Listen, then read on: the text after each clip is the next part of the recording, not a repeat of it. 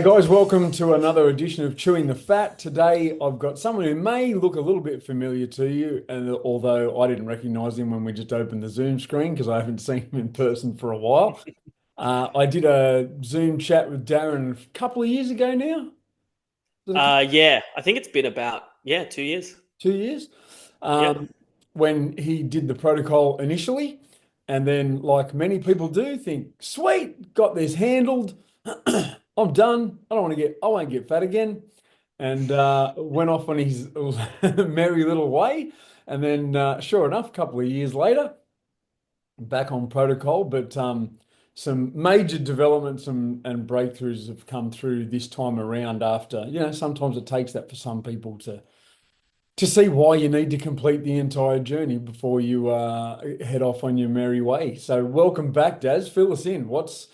What was that whole experience like being on the protocol to start with, losing the weight, having it all sorted apparently, and Mm. over the 2 years putting it back on? Yeah, so we'll start with the end of the last time I did it. So basically, Dean had fixed me, right? So I was stick a fork in me, I'm done. Yeah. And that was the end of phase one. And so something that I had not been able to shift in forever had shifted. And so I was very excited, and I felt like everything was, I was cured. Mm. And um, looking back now, I lost similar amount of weight, like, roughly 2 kilos, sometimes even more a week for almost 3 months, right? And although that result was similar to this time, what was different back then was I was so focused on the weight on the scale. I was so focused on the number because that for me back then was like that was my Mount Everest. That was the thing that I had never been able to shift, and oh my god, I managed to shift it. And so my whole reality had changed, and I thought, okay, well, I've hit the goal, and I've achieved something that was unthinkable. I mean, 36 kilos is a life changing amount of weight to lose, right? Yeah. Um, Particularly for someone who had trouble losing a couple of kilos. Mm. So that was such a huge deal. And what was different this time around, actually, I realized was the my context had shifted, right? So I was so focused on the number on the scale the first time around, and going back into it this second time around, the approach that I was taking was a much more holistic, long term one. Now, I kind of still beat myself up that, oh well, why didn't I just bloody do that the first time around? Right? Why did it take me several years and a second go at it to actually understand that? But I don't know, for whatever reason, it just wasn't in my head at the time. I was so focused on that one metric. And so what's different is that the context has been with this second time around that I'm actually looking to become or to be a healthy person rather than just a lighter one. That was a huge shift. And that's something that you and I have been talking about throughout our coaching calls. I think you've mentioned this several times. Like, what would I do or who would I be being if I was just being a healthy person? Mm. Very distinct from what do I need to do to hit 80 kilos on the scale? Like those two things are worlds apart. Mm. They're very easy to say, but they're worlds apart in terms of the day to day experience of it. So that's been the biggest shift. Mm. And I think part of what's allowed me to actually, I was going to say finish the protocol, but I haven't really finished protocol yet. But to actually go through all the phases of the protocol, unlike last time, was that context shift. Mm. That this is a much bigger game than the scale. Well, yeah, So if that's the game, then once you get to your target, the game's done, right? yeah, Mm. that's exactly. Mm. So what I keep saying to myself, and I've said to you on several calls, is that I'm in phase four now. I've hit the goal weight, and I'm now, what is this, week 2 of phase four, right?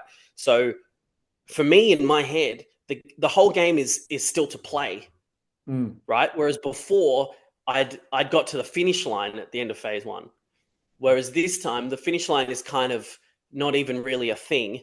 The finish line's when I'm dead, I suppose. Yeah. Yeah. But in the meantime, in the Pretty much. meantime, yeah. But in the meantime, there's still the whole game is still ahead of me, right? In phase four, Mm. which is to maintain a healthy lifestyle, discover what it is to be a healthy person every day, and to deal with the things that come up every day, as it does for everyone around cravings, temptations, circumstances.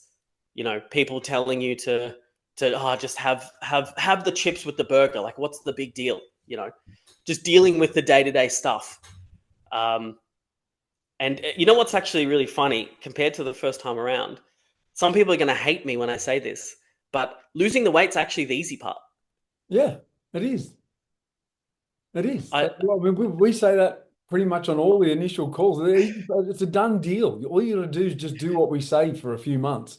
That's done for us. It's not like, oh, we'll see what happens and adjust stuff if we have to. No, no, no. Just eat this, don't eat that in these quantities, and bang, there now. Then we'll do the work. yes, that's right. And you know, having lost I think it's 33, 34 kilos now. Um, I can tell you, having done it the second time around, losing weight is absolutely the easiest part of this whole process. Mm. Um, and I almost got into a fight with a couple of colleagues the other day when I said this, because this is so not a thing that people are used to hearing. Yeah. Um, but I wanted to dig into that a little bit, which is this idea that, you know, with the protocol, especially phase one, it's so clear what to do and what to not do, right? And so the benefit of that, the real benefit of that is that I don't have to think Mm. in that weight loss phase. You don't have to think, right? You just have to follow the sheet, and if it's on there, you can eat it in that quantity. And if it's not on the sheet, you just don't eat it. You just don't put it in your mouth. Mm.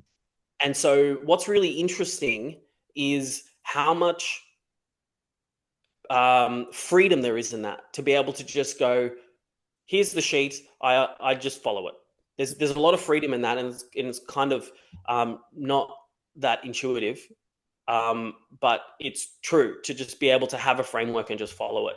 Mm. Um, that made a huge difference during phase one for me, both times around. Yeah.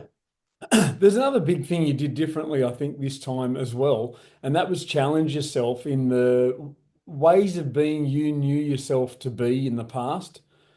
Whereas last time you got to the end, however you got to the end, but there was Mm, things you were just knew about yourself that were just like, yeah, I went off track a little bit this day because it was there and I just, I had a little bit and it didn't upset the apple cart too much and blah, blah. But by the end of the process, you still can't trust yourself mm, when there's freedom of choice on the table now to be able to manage yourself in a healthy and responsible manner, given that who you are is someone that isn't reliable to even just stick to the framework of the protocol, yeah. let alone be able to rein stuff in once it starts getting a bit out of whack on normal everyday sort of lifestyle and diet. Mm, And that was great. There was so many calls where it was just like, I don't know. I don't know myself. Normally I would have done this. And I did it. yeah. Walked out of it. Now I get it.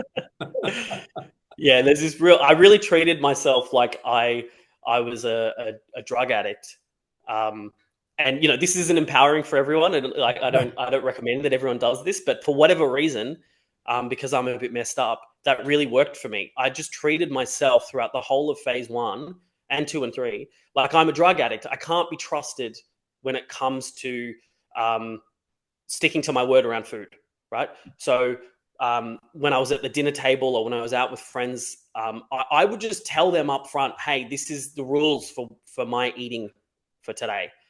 And they would help me keep me on track. I knew that if I just kept it in my own head, I just wouldn't be trusted to follow it. Mm. And yeah, it just worked. Yeah. It's like giving, it's like, you know, if you're an alcoholic or if you're addicted to drugs of any kind, you know that you just can't be trusted around those things. Mm. And it was the same with me and food. I just can't be trusted around food. Yeah, and it's pretty much what our whole spiel, if you like, at the start of the protocol is you can't be, not you personally, but people can't be trusted. We don't trust them the same way as they don't trust themselves. And that's Yes. why they've got to develop that in themselves and for us to be able to stick to the guidelines in that, as you said, freeing way of just, I don't even have to think about it. I don't have to guess. I don't have to go, oh, I mucked that up because I didn't really know what I was doing. It's just there in black and white. Just do that. Yes. And once you can trust yourself and we can trust you, we still don't trust you because you're not in the Yeah. context of now I'm back out in life. That's why Yeah. the phase four part there. So just quickly on that, right? This is when you lose weight, when you go on the protocol, you initially start thinking you're going on a weight loss journey, right? Hmm. That's like the surface level. I'm going on a weight loss journey. But as you go through this journey, you start to realize that it's actually not a weight loss journey. There's so many other things to it. I went on a journey of what is it going to take to trust myself, like a journey of self discovery of what it's going to take to trust myself. Um, what it's going to take to be a healthy person. What's it going to take for me to start to enjoy my life again and sleep better. Like you start to go, the journey is so much deeper than just losing the weight. Yeah. And one of them is that journey of trusting yourself. In Yeah. phase 4 now, I'm like, okay, I am starting to get reliable at sticking to my word around food. Hmm. Yeah, for sure. And like you were saying about the taking on being having a healthy lifestyle and who I am now as a healthy person leading a healthy lifestyle, that wasn't you before. Yeah. Before it was about the number on the scales, but that you weren't a healthy person for yourself. You were just Yeah. taking actions to try and be. But Yes. inside of that view, you're always going to be trapped in taking actions in line with someone that's not a healthy person, which is some Mm. gestures and make yourself feel better about trying to be healthy. But in the end of the day, you're gonna do stuff that unhealthy people do because that's who you Yeah. are. That's a massive shift for you this time around. Is just letting go of whoever that. I mean, that's what I had to do in phase four as well. Let go of whoever I was trying to hold on to, and go back to being able to somehow get away with how I used to eat before and having this phase one safety net to fall back into. Mm. And just get why am I wanting to do that? The whole point of me doing this in the first place was to get healthy. And now I'm trying to Yeah. circumvent that and sort of somehow stay healthy. You doofus. Yeah. Just if I'm a healthy person leading a healthy lifestyle, what does that Mm. look like? And then, as you said, the weight just takes care of itself in that view. Yeah. So much you see on social media these days is all just how to still do and eat what you want and lose weight. And Yeah. somehow expect that that's going to work out good in any way. Yeah, look, I really, I really wish that there was some easier way to do it. I really wish there was some, I would pay a lot of money for some sort of a quick way, right? And there are drugs and stuff out there that can potentially achieve the result on the scale, Mm, right? There is. But the problem is the underlying person, as you say, the person who's standing on the scale is actually the problem. mm, It's not the number on the scale, it's the person who's standing on it. yeah. And that was a mistake I made the first time, and that's what I really dealt with this time. And there's no magic bullet for that. There's no drug that I can take that is going to sort out the person who's actually standing on the scale. And Exactly. that was the biggest shift this time, that I feel like, and only time will tell, but I feel like that is what's going to allow me to sustain this over time, Mm, is that the person has changed. I have changed. yeah. And the view of it's not done and it never is. It's Mm, magic bullet. It's not, oh, I did Simpler Health, so I'm fixed now. yes. I had that conversation sort of verged on it at some point with someone this week. And they said, "Oh, I saw someone that did the Simple Health Protocol, and yeah, they weren't the same person I saw in the chewing the fat." I was like, it's not the wave a wand and now you're sorted. Yeah. You've got the tools now to be responsible for your health and your life. I can't walk around following you going, no, whack, no, whack. You got to So take that's an responsibility.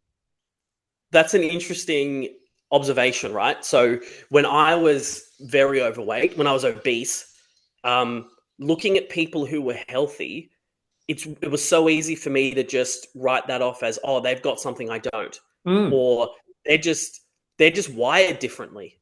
Like it's so easy to put them in a different category to you, or to make them something completely different to you. It helped me justify why I was so big and they were so, you yeah. know, You don't have these healthy. mystical forces called discipline and motivation. Yeah. Yeah. What I've discovered is that healthy people deal with the same stuff that not healthy people do.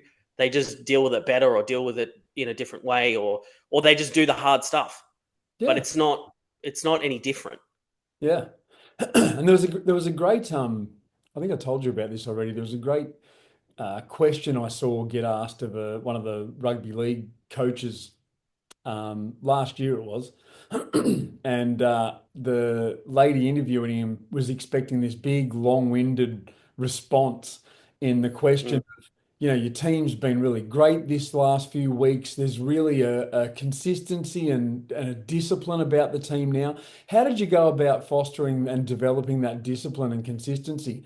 And he's just a dry as hell dude anyway. But it was brilliant, his response, because that's how, like you're pointing to, that's how people view that stuff. There's something you've got to work on to attain this thing called discipline or motivation or consistency. And he just looked Yes. down at her and dry as just went, by being disciplined and consistent. I nearly got up and gave him a stand. I was like, yes, that is Yeah. mental. And she was like, held the mic there until she realized there was nothing else coming and went, Okay. Anyway, Yeah. and just fobbed it off as, yeah, that's Wayne. Yeah. He was on the money. That's exactly how you get disciplined and consistent, by being Mm, disciplined and consistent. that's right. Yeah, it's not a sexy answer. It's not like an answer that is going to catch fire and go viral, but it's true. Yeah. There's That's just what it takes. Yeah. I did want to bring up some other things that really helped me this time around. Yeah. Obviously, discipline. Obviously, doing what you said you're going to do, sticking to the protocol, all the basics, right? But other things like just sharing with people what you're doing. Um, I did that last time to an extent, but I did it a lot more this time. Which is just telling people, like, just open your mouth and tell people. And in the beginning, it's gonna be uncomfortable. It's gonna be awkward. People are gonna judge you or whatever, or give you advice, which really shits me when people do that. But Friends. um, but everyone's got an opinion. Um, but just opening your mouth and telling people what you're doing, what you're trying to achieve, why, it's mind blowing how many people in your life will get behind you. They'll Yeah. get behind you in their own way, Yeah. right? We discussed this on calls. Like, some people might not necessarily verbalize that they're behind you, or that they're on your team, or they want you to win. But everyone's got their own way of expressing that. But like, I just remember sharing with a couple of friends and then going out for lunch a couple of weeks later, and they were, as soon as I went to overeat on something, even if it was just veggies, they would stop me. They would physically stop me. But for 2 weeks, they hadn't mentioned anything about it. They hadn't asked me any questions. But we went out for lunch, and they were like, "No, you said that you can only have that amount of veggies, or that amount of meat, or you said you're not going to have any sauce on that, on that steak or whatever." And Yeah. just out of the blue, they're just like, "Nah." They literally took the fork off me. So Brilliant. I guess what I found really helpful was just opening my mouth and telling people what I'm doing, Mm. because it creates this pull for you to move forward with the journey. Yeah. Then And even those further times when than you're that, weak, if they do something with their health, then that also pulls you further to stay healthy, because then your yes, environment's all pulling for that stay healthy. All yep, pretty much most of my mates have all done something, either Simple Health or their own thing. So, we don't want to look bad. Wait, you don't want to look bad, Trevor? I'm the simpler health guy, and I rock up to my mates' houses, which have all done something, or they were already healthy and just fine-tuned some stuff, and whatever. Yeah. And I turn up another 10 kilos heavier. They're just like, "What are you doing, fatso?" Yeah. So yeah, I mean, and they do support you. They do, and I mean, on the Yeah. flip side of that, when we have the discussion about why you can't drink alcohol on the protocol. Mm. You have that conversation with people while you're out. It's an interesting conversation because not many people know that about Yeah. being in that level of ketosis and alcohol and stuff. But if they're still pushing you to drink, knowing that information, Yeah. it highlights you might want to reevaluate the friendship because they just couldn't give a rat's ass about you. Yeah. That's true. So That's true. And I would take that as a real challenge too. I had some friends that were really pushing me to have a drink, and there's something really empowering um, about walking away at the end of a night, just going, no, despite the peer pressure or whatever, or my own cravings, I walked away from that being in control of what happened. yeah, You know how rare that, I mean, that never happened when I was, overweight and struggling with this stuff. I would walk away every evening just beating myself up, going, "Oh, I caved on that and I said yes to yeah. that." And, it was such a terrible feeling. And not only that, they're all in the same experience. Even though on the surface it shows like they're pushing you and they want you to drink, they're dealing with the same thing. They Yeah. would somehow wish that it didn't have to be that way. And you see Yes. it when someone like, you do things like that, not every time, but I've seen it personally, where you do go, no, no, no. I do it now and again now, still, just to check in and make sure I'm running the show. Not the Mm. circumstances, not the pull, not the peer pressure, not the whatever else. I just get to say yes or no when I choose to do so. And when that happens, you see other people get the opportunity to go, oh, great, Mm. I don't have to drink myself to freaking oblivion today. Yeah. They don't actually say that until that sort of opens the door for them. Yes. I had another guy I was coaching the other week was on a work trip or something, and he was pretty much adamant before he went, that this is what we do at this trip away. We just get together and it's just 2 days of at this work Yeah. conference of just solid drinking and Just get eating. pissed. It's like, well, Yeah. now you're going to find out how to be the life of the party at that thing without drinking and eating like an idiot Yeah. and see what opens up. And he came back from the trip and he was like, yeah, they were just like, oh, thank God. I was saying to my wife, it's another couple of days of just beating my liver into submission. But, that's what we do. Yeah. You know, everyone's in the same headspace, not wanting to let everyone else down, but really wishing they didn't have to drink themselves to stupidity. Yeah. But they all Yeah, get totally. along with it. Yeah, we all just sometimes in life we just kind of go along with whatever we've done before or whatever the vibe is of the situation or what other people around us are doing. Yeah. And It's interesting because you'll find still like the longer you maintain where you're at, people that you've either had little or nothing to do with for a long time or still see now and again, they still check in to see whether it's okay for you to eat or drink certain stuff. I still get it. yes. All Yeah, the yeah. I'll be out with someone, blah, blah, blah. Oh, we're gonna eat Can you eat that? Yeah. Oh, I was just Yeah. checking you weren't on the diet still and were Yeah. I mean, it's good in a way, but people are Yeah. concerned for it, and they have that in their head. But it's astounding. They just consider and it's through constantly seeing you being a Mm, healthy person all mm, the time. Then it just doesn't make sense for them to see you eating a donut or pizza or whatever. yes. They're just, oh, can you eat that? Yeah. I'll live. It'll be all good. So that's what I'm dealing with now coming into phase 4, 2 weeks in. I'm getting a lot of that, of people going, "Oh, are you still on the diet? Can you eat that? What are your portion sizes now?" You know, every time I try to organize to go out for dinner, I always get steak restaurants or like a salad place, and I'm like, I can eat I can eat other stuff. I'll just eat like a normal person now, Yeah, right? I'm not going to go overboard, but we can go wherever you want, you know? exactly Um, right. yeah. Exactly right. It's an interesting. The other thing I've actually noticed that's been really interesting that I've brought up on our calls a few times is just how vain I am. You know, as I started to lose weight, I started because I've spent almost my whole life not. I was going to say not interested in what I look like, but it's more not wanting to address what I look like actively avoiding what I look like. Mm, Um, in reality, I really care what I look like. I just had no power over it, and so I pretended like I didn't. mm, But as I started losing the weight and going to the gym more, and I could see a bit of muscle definition, you know, I could actually see some muscle coming through as the fat melted off. I really started to realize how vain I am and how long I can just stare at myself in the mirror and be impressed, because there's something to be impressed about now, right?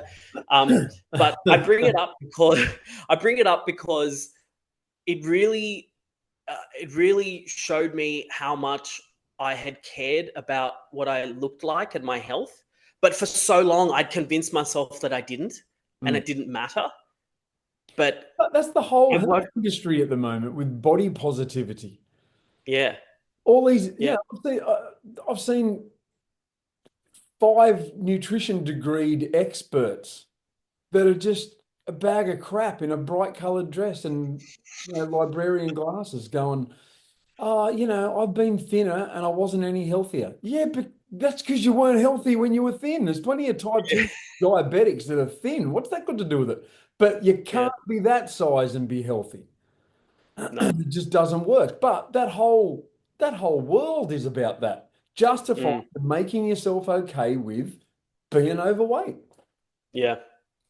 And look, here's the thing that I had to ask myself when I was obese: if I could just click my fingers and be the weight I wanted to be, 100%. would I want that? Of course, I would want that. Mm. So of course, I care about my health and the way I look. There's something psychologically going on where I'm trying to avoid it or I don't want to deal with it. But that's separate to that I actually do want to look good Yeah. and be proud of what I look like.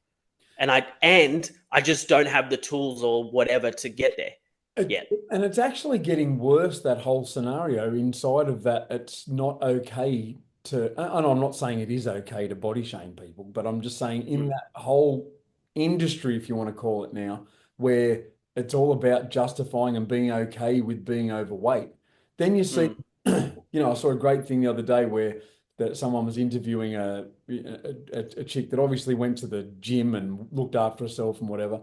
And they were asking her mm, about it, and they're going, "Yeah, yeah, she's fantastic. You shouldn't judge her by her weight, and you shouldn't do this and you shouldn't do that. And she's such an amazing person, and she's gorgeous just the way she is." And then they said, "So would you swap bodies with her?" No. no, Well, then stop trying to look good in terms of yeah, not saying the wrong thing, and say, "Look, you know, I'd love for her to be able to do something about her health." Who cares yeah, about the weight? That's what we're talking about. The weight will take care of itself if you take on being a healthy person. Versus mm, being the number on a scale and that somehow means something about me. yes. It's just your body doing what it's designed to do. And you may It's be also irresponsible about it. But yes. It's also just this whole idea of not body shaming or not even just uh, trying to accept like the way you are right now. There is some that's not a bad thing, right? mm, But for me, when I was very overweight and obese, part of doing that was so that I could avoid the shame, the embarrassment, the upset, all of those emotions that I was feeling every time I looked at myself, or looked at photos of myself. Um, it was all to just avoid that. That's what it was for me, mm. you know. That's why I would never really bring it up with people. I would never talk about it because it was upsetting. I No I one judged does. myself. Not Yeah. many people, unless you've got some mates like I do. But not many people will come up and tap you on the guts and go, "Hey, what's going on, champ? You're Yeah. packing it on there, sonny boy." No one will say that. But as you're finding out now, oh, you're starting to look sick, Darren. Don't lose too much weight. I'm a health expert. I Yeah. know what you should and shouldn't be doing. You know, where were you when I was 30 kilos too heavy and telling me I should put Yeah. some stuff back in? That's right. I mean, if you want to be body shamed, be part of an Indian family because that's what Or aunties and just uncles do. hate of any You know, kind. yeah, but it's always done in a joking way. But they will grab my they used to grab my belly fat and just be like, "What's going on here?" Well, it's done But in just a very matter of fact way. There's no meaning to it. It's just the black and yes, white of what's so. Oh, you're yes, fat. Look at that. Look, you're fat. yeah, You can be upset about that, but that's with you. What yes, they're saying is true. They're not that's right. calling you anything bad. They're not making it mean anything about you. They're not thinking Mm. any less of you.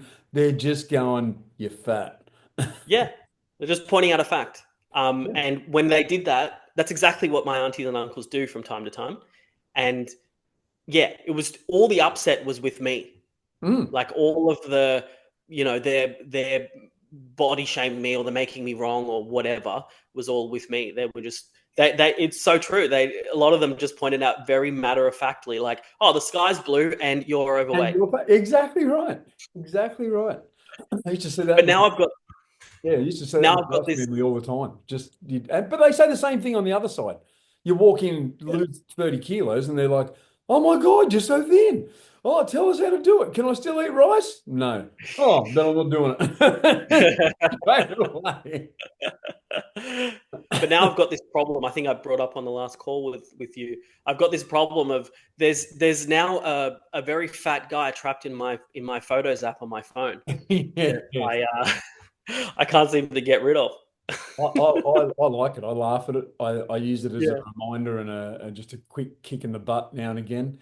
Just Yes. go, yes, don't want to go back to that, you know. When you said that to me, I remember hanging up from that call, just going like, I should pick the worst photo of me and set it as my like lock screen or something. Like first thing in the morning, last thing at night. When I'm in a meeting at work, I just quickly check my phone and I see that. It's just a really good reminder of that there's still the fat guy voice in my head that's still there. And it'll to an extent it might always be there, but it's definitely not screaming at me anymore. It's not as loud as it used to be, Mm. but it's still there, right? And it's nice to have this reminder every now and then that this is a journey with no top, and that it's something that needs to be, I guess, attended to on Yeah. a regular basis. And that doesn't have to be hard. It doesn't have to be a burden, No. because it's not like right now. It's really not, but it is something that takes some effort Yeah, and or some mental. if you are a healthy person and you've chosen to live a healthy lifestyle and that's all on you, then it doesn't seem like Mm. a burden. It's just what you're doing. No, And yeah, it it really doesn't. all either way, whether you're being that way or the way you were, you're tending to it all anyway. Yes. You're actively tending to being unhealthy. It just Mm. takes no effort to do that, Yeah. especially in modern society. It just you can just do and be and act how you want with no responsibility, no everything and everyone else is to blame, and this is just me, and you need to love me the way I am, which is fine. We all Mm. still will, but inside of being a healthy person, leading a healthy lifestyle, Yeah. it's just way easier. Those things just aren't in view so much. So I wanted to ask you then, because you've been able to maintain these results for a decent period of time now, Yeah. right? And that's what I obviously aspire to do as well. So what um, is it any easier or harder? However many years on for you, what is different or what has changed for you? Is there anything new that you have to deal with around nutrition and maintaining your weight and exercise and all that? What have I changed? Have I done anything different? No, just a constantly, well, a couple of things. One, and we've spoken about this as well, is minimizing the impact of Mm, certain things, food, circumstances, holidays, things like that. Um, that's been a real great tool in compare that to how I entered phase four when I first went into phase four of just pretty much a boom or a bust thing. Like, oh, it's my indulgence day, great. And just go nuts with what I was eating because that's the day I could. Yeah. Um, and then, feeling like a bag of crap the next day. And then that leads into not wanting to train much the following because you should after that, you know, to minimize the impact of that big, massive day. And you don't really feel like it. And then you're more likely to eat some more crap on the next day. And then you need to go Mm. back into phase one, etc. So I think that was the start of it, just getting that on the days I want to eat what I want to eat, that aren't typically in line with that healthy lifestyle side of things, because you got to live as well. Uh, Mm.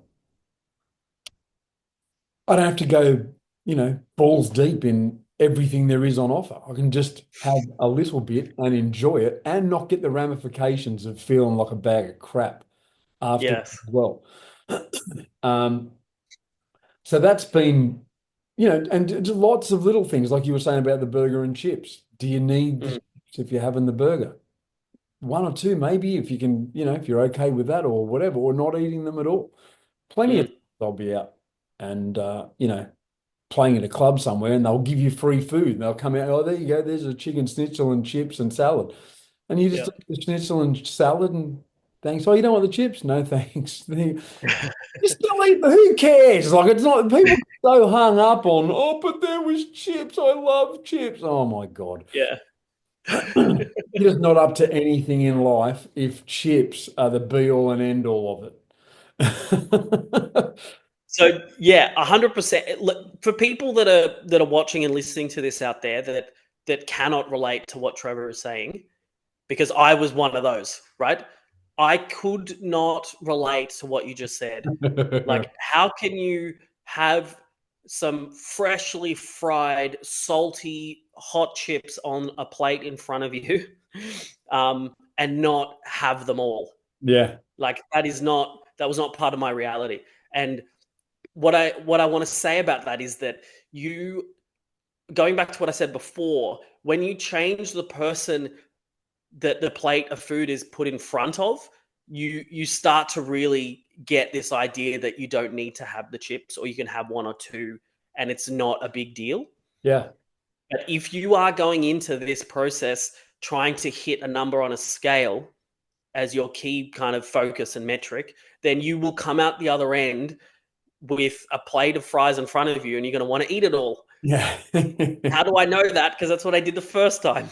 Um, so what you're saying is 100% true, and it's not necessarily going to resonate with everyone watching this Oh no, because and it it's doesn't just when not they part first of your start. reality No, right it now. doesn't Yeah, when they first start. There's people I'm yeah, coaching at the moment that were just adamant that things were a certain way. And mm, then now they're just like, oh my God, and they're in phase four and they're just like, my family wanted to eat whatever it was. And I was just like, oh, really? I'd rather just have some, a chicken vegetable stir fry or something. And they yeah, looked at me like, who is this? But at the start, they're like, I'm sick of vegetable stir fries. Oh my yeah, God. I was like, well, you don't have to eat chicken and vegetable stir fries the rest of your life. You can mix it up a bit. But then yeah, just change over the course of the protocol. If they mm, stick to doing it properly and taking themselves on like you have, that's what's on the other side. And it's got to be an mm, ad-lib thing. Just someone telling you to eat what you need to eat and how it works. And you're going to get to this weight target. And that all makes complete sense to you. And somehow you get there mm, doing things the same way you've always done, like 90%, quitting when you get to the target weight, doing all those things and expecting it to work out any differently is just nuts. yep, It's that's just, right. but some people need to,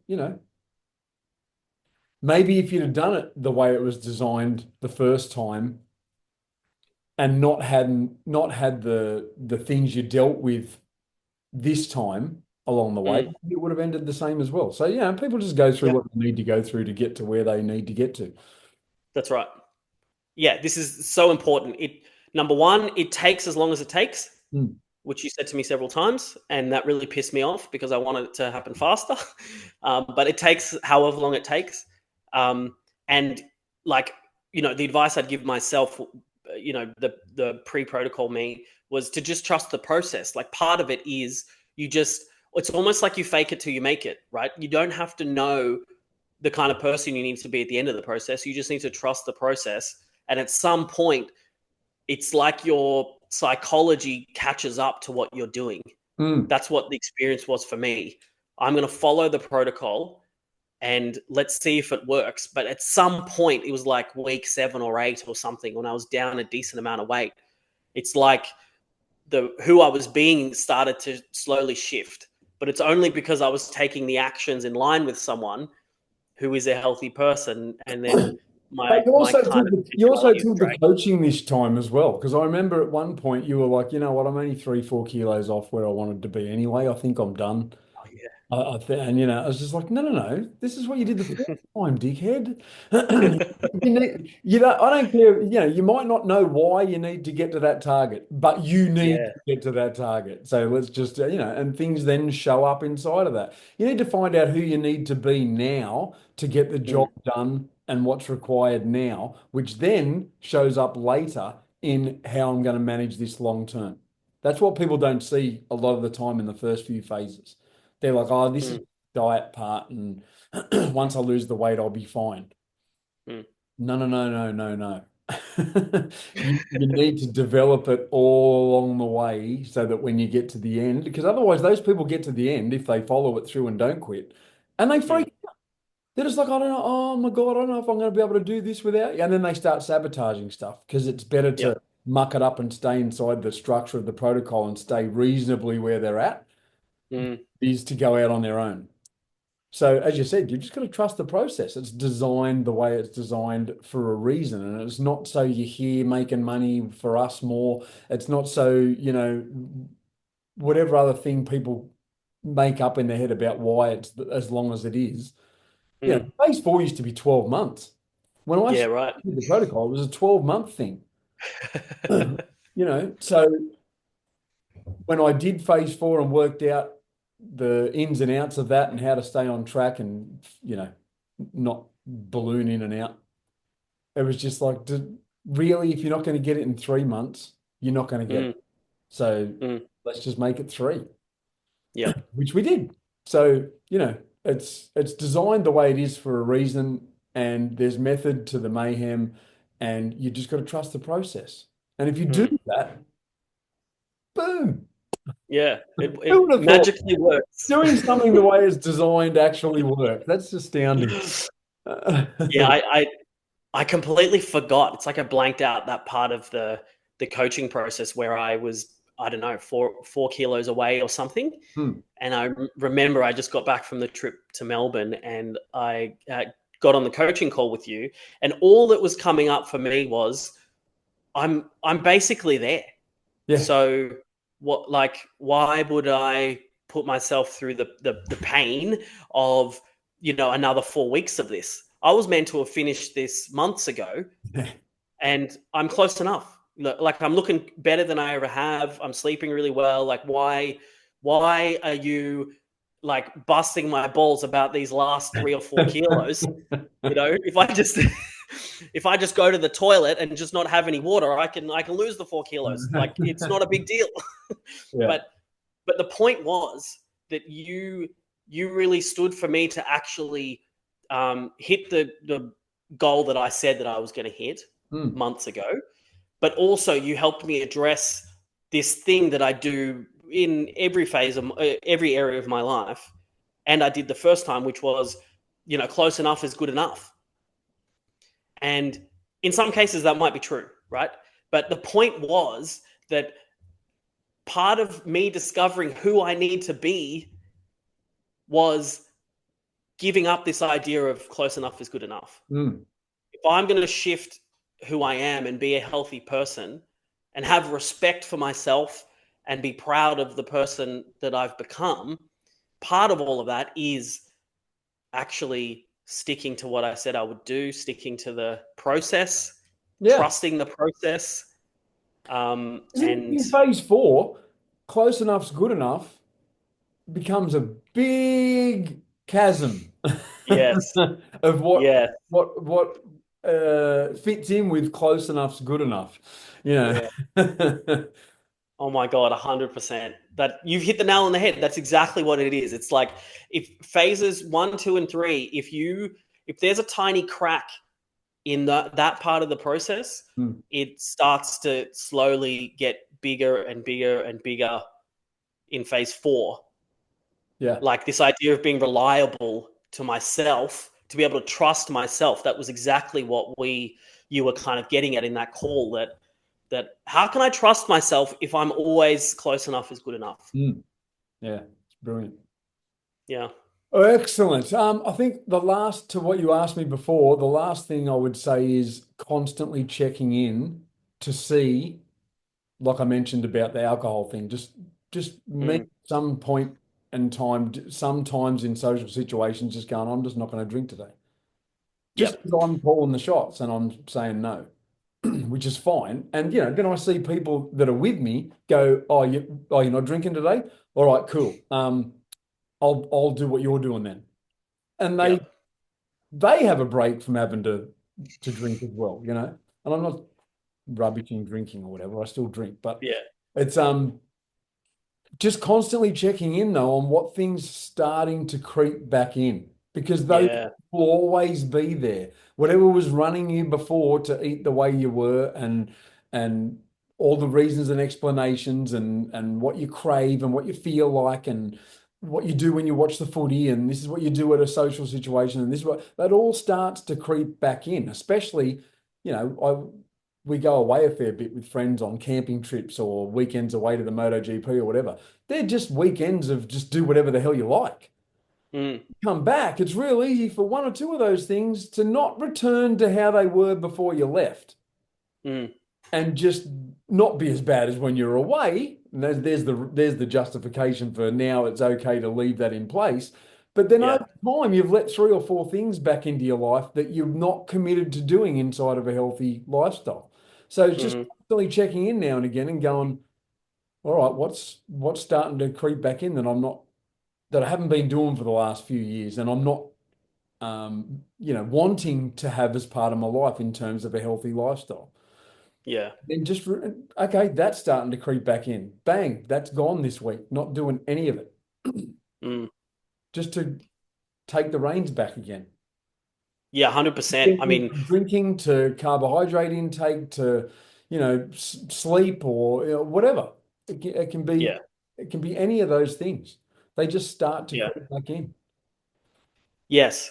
And what I've noticed is this whole slippery slope idea that messed me up the first time, which is when I hit the goal weight over a period of several months, I never did that check-in thing with myself. It was always I'll overeat tonight, I'll order a burger and chips tonight or whatever, and then the next day, instead of course correcting and going back to healthy eating, I'd be on autopilot Yeah. just going, oh, I'm craving something else tonight. And What all of a those sudden you foods string, do. yeah, and you just string several days of those together, and then it becomes really easy to string several weeks of those together, and all of a sudden you're in a whole different place. Yeah. And I love that idea of the regular check in, just as a reminder to yourself of who's running the show, Mm, yeah. who's in control here. Exactly right. Because when those things start to creep in, that ain't you. Mm, That's autopilot, Trev, yes. running the show. And so you check in, okay, I'm starting to eat a little bit too much of this again now. You can analyze what's that about. Is there anything going on that's, driving me to eat those foods? Is it a Mm, coping mechanism? Who cares? Just don't want that as part of my everyday nutrition now. So yeah. see you later. I'm not even allowing a little bit of it this week. It's just gone Mm, this week till I get control of it back again. And then, if it comes, if I choose to have it now and again when I'm running the show, then fine. yeah. Awesome, man. Good job. It's Yeah, been thank uh, you. it's been a pleasure. Um, seeing what you've gone through and pushed through and gotten to the other side. And you can, I really hear it on the calls each week is that each week there's a new person on the call going, well, what I saw was this, and what I did was this, and I was amazed that I actually didn't do this, and I just don't know who I am anymore. And but Yeah. it's been pretty freaking funny. Yeah, it's been great, and it's something where if you lean into the process and you're just honest with yourself, Mm, yeah, you can produce some amazing results. But yeah, it's I think I said to you on the last call, I don't recognize myself like in a good way. yeah. It's kind of I feel like I've been given this new meat sack to take care of and Mm, to maintain, because supposedly we don't get another one, right? So we may as well just take care of this one. And that's been my mentality, recently and moving forward, is that I need to maintain this vehicle, mm. and there's no reason I can't look good doing it. There's people maintain their cars and put a whole lot Yeah, more intellectual effort into using the right oil and don't use those air filters. You've got to use these air filters and blah blah blah. yeah. While they continually shovel crap down their throat and Mhm. type 2 diabetic and high blood pressure and whatever else. It's a Yeah, but yeah, if we treated our bodies like we treat our possessions, because really it is our possession, our body, I think everyone would be a yeah. lot better, a lot better. Yeah, there's certainly people that spend more time and effort, on their shoe collection or their house or their, playing video games or whatever, or their car, Mm. than their own bodies. We've had clients that are like you're dealing with major health issues, like Mm, life-threatening health issues, and that come on board, and Dean will take them on and coach them and give them access to all the like world-leading medical experts in those fields to help them out and whatever. And they'll say things like, "Oh, it's a big percentage of my income. mm. Really sure it's worth what?" Well, yeah. Wait, can you name me a more um, relevant thing, or what's a better thing to spend your money on? How much is your life worth as a percentage of your income? Yes, Seriously, yeah. I can't think of a better thing to spend your money on. If people you come spend out. all your money on your health, it still wouldn't be enough. Yeah, yeah. And that includes your time too, which is more valuable. Speaking of which, I'm going to go and have an ice bath and train, and because I'm off to a late start this morning. So Yeah, thanks, right. thanks for having the chat with me, and yeah, and we'll talk about some other stuff too, because I know you spoke to Dean during the week Yeah. about Yeah, possible. we'll set up a separate call. We can go through some of the details around that. Awesome. Thanks, mate. Cool. All right. Any Thanks, mate. questions, guys? Put some comments in the section below or reach out to www.simplerhealth.com.au. And we'll see you on the next episode of Chewing the Fat. Thanks, Des. See you later.